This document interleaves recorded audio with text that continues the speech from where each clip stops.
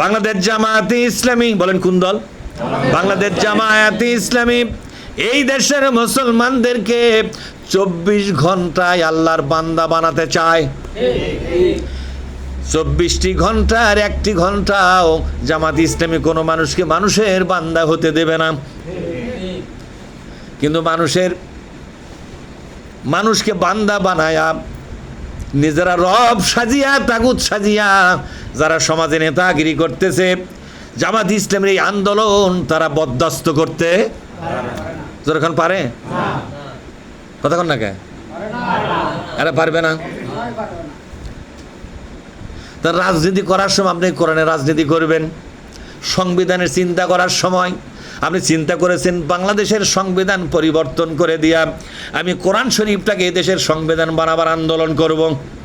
তাহলে আস্তে আস্তে আপনি নিজেকে 24 ঘন্টার বান্দা, আল্লাহর বান্দা বানাবার জন্য আয়োজন শুরু করছেন, ঠিক না ভাই? ঠিক।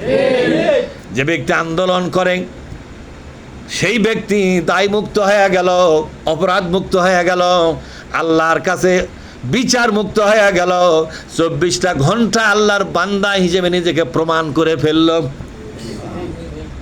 বুঝাতে পারছি? যখন বুঝাতে পারছি হাজী সাহেব, বুঝাতে পারছি? হ্যাঁ। সম্মানিত ভাইয়েরা, আল্লাহ তাআলা বলছেন, খবরদার আল্লাহ তা'বুদু ইল্লাল্লাহ, আল্লাহর বান্দা হওয়া ছাড়া আর কারো বান্দা হওয়া যাবে না। এটা আল্লাহর চূড়ান্ত কথা।